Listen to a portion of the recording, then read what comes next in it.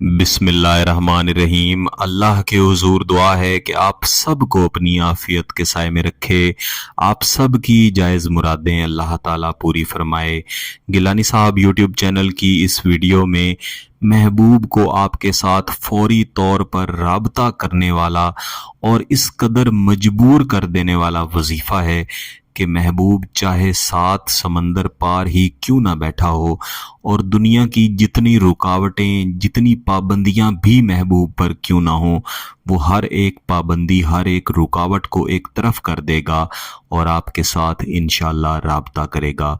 या आपका महबूब चाहे आपसे जितनी नफरत करता हो, आपसे जितनी दूरी पर हो, और चाहे आपका चेहरा देखना भी पसंद न करता हो, आपकी आवाज़ सुनना भी पसंद न करता हो, उसके दिल में आपकी मोहब्बत, चाहत और आपको पाने की इतनी शदीद तड़प सिर्फ इन चंद नूरी अल्फाज से पैदा होगी, इस दुआया वजीफे से पैदा होगी कि वो खुद चाहेगा कि फौरन से पहले आपको कॉल भी करे, आपके साथ राबता भी करे और मोहब्बत का इजहार भी करे। लेकिन याद रखिएगा कि इस वजीफे को सिर्फ इस नीयत के साथ नहीं पढ़ना कि महबूब आपके साथ फौरी राबता भी करे, कॉल भी करे, मोहब्बत का इजहार भी करे, बल्कि आपकी असल और बुनियादी नीयत निकाह की होनी चाहिए, शादी की होनी चाहिए, या आपका कोई भी प्यारा, आपका कोई भी अजीज जिसके साथ आपका अच्छा रिश्ता है, अच्छा ताल्लुक है,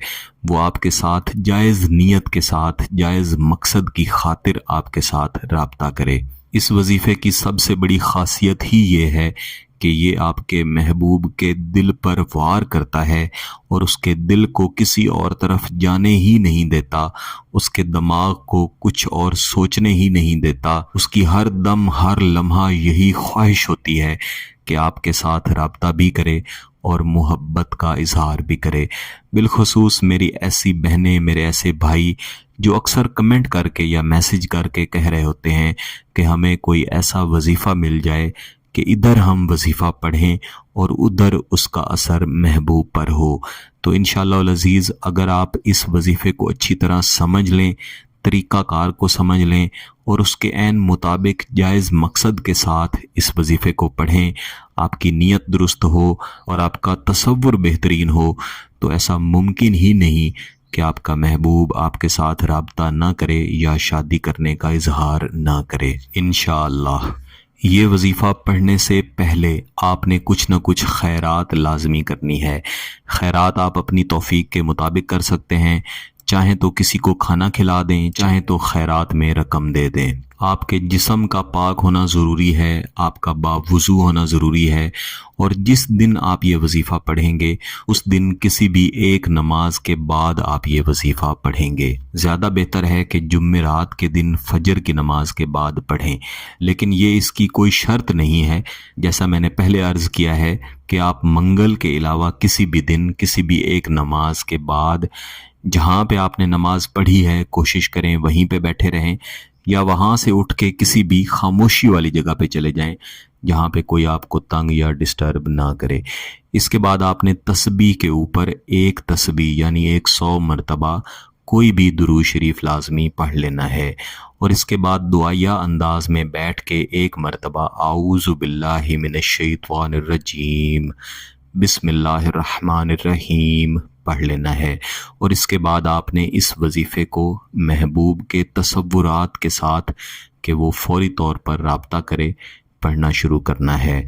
मजनूना मुजबिरिन यनसी इस्मिल हबीब याबुदू, मजनूना मुजबिरिन यनसी इस्मिल हबीब याबुदू।